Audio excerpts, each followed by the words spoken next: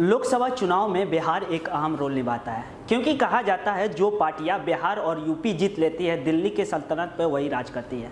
आपको याद होगा जब इंडिया गठबंधन की नींव रखी जा रही थी तो बिहार को ही पावर सेंटर बनाया गया था और वहीं से गठबंधन की आगाज भी हुई थी। लेकिन वह अलग बात है कि जिन्होंने इंडिया गठबंधन में सबसे अहम योगदान दिया वह पलटकर एनडीए गठबंधन में शामिल हो गए। चाहे एनडीए गठबंधन हो या इंडिया गठबंधन, वे पूरे दमखम के साथ चुनावी मैदान में संघर्ष कर रहे हैं। लेकिन आपको बता दें कि बिहार की राजनीति कुछ ऐसी है कि चाहे विधानसभा हो या लोकसभा, गठबंधन की सरकार चलती आ रही है। लेकिन खासकर जो नीतीश कुमार की पार्टी है वह किंग मेकर की रोल प्ले करती है। जहां वह जाते हैं सरकार उनकी बनती है। हम सब जानते हैं कि खासकर यूपी और बिहार की राजनीति वह जातीय समीकरण को साधते हुए की जाती है। आपको याद होगा जब महागठबंधन की सरकार बिहार में थी तो जातीय जनगणना कराई गई और मात्र बिहार ही एक ऐसा राज्य है जहां पे जातीय जनगणना कराई गई और उसके रिपोर्ट भी सामने आए। आपको बता दें बिहार में पिछड़ा वर्ग की आबादी लगभग 27% है, अत्यंत पिछड़ा वर्ग की आबादी लगभग 36%, अनुसूचित जाति लगभग 19%, अनुसूचित जनजाति लगभग 1% और वही सामान्य वर्ग 15% है। आपको बता दें मुस्लिम की आबादी लगभग 17% है, वही यादव की लगभग 14%। इसलिए हर पार्टी की नज़र मुस्लिम और यादव को साधने की रहती है, क्योंकि बिहार की राजनीति में इनका अहम रोल होता है।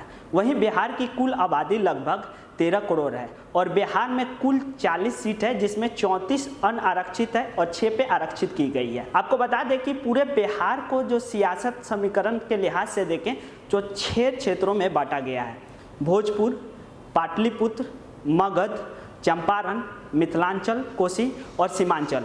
अगर भोजपुर की बात करें तो भोजपुर इलाके में कुल 8 सीट है। भोजपुर की सीट अगड़ी जाति की राजनीति में क्षेत्र में हावी है। कई इलाके ब्राह्मण बहुल भी माने जाते हैं। ऐसे में यहाँ भाजपा का दबदबा देखने को मिलता है। वहीं अगर पाटलिपुत्र मगध की बात करें तो यहाँ कुल 10 लोकसभा सीट है। इस इलाके में यादव और दलितों का इस इलाके में काफ़ी असर देखने को मिलता है। अगर वहीं चंपारण की बात करें तो यहाँ कुल 3 लोकसभा सीट है। यहाँ वाल्मीकि नगर ब्राह्मण बहुल सीट है, तो वहीं बाकी सीटों पर यादव, मुस्लिम, कुशवाहा, वैश्य, भूमियार और राजपूत भी निर्णायक भूमिका निभाते हैं। मिथिलांचल की बात करें तो बिहार की राजनीति में यह अहम क्षेत्र माना जाता है, क्योंकि यहाँ 10 लोकसभा सीट है, क्योंकि इस क्षेत्र में यादव और मुस्लिम हावी हैं। साथ में पिछड़े वर्ग का भी अच्छा खासा प्रभाव है। कोसी की बात करें तो यहाँ 4 लोकसभा सीट है। यहाँ पर पिछड़े और अति पिछड़े जातियों की अच्छी खासी असर है। सीमांचल की बात करें तो बिहार की सियासत का हॉट पॉइंट मानने जाने वाला है, क्योंकि यहाँ 4 लोकसभा सीट है। इस इलाके में मुस्लिम आबादी ज़्यादा है। ऐसा कहा जाता है जहाँ मुस्लिम वोट पड़ता है उस प्रत्याशी की जीत मानी जाती है। अब बात करेंगे बिहार के 2 ऐसे सीट जहाँ पे लोगों की नज़र उस पर टिकी हुई है। वो सीट है पूर्णिया और काराकाट।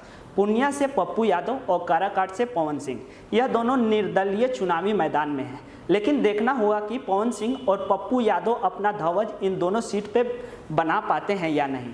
लेकिन आपको बता दें 2019 लोकसभा में एनडीए गठबंधन ने 40 में से 39 सीट पे जीत की थी। लेकिन इस बार की लड़ाई 19 से काफ़ी अलग है।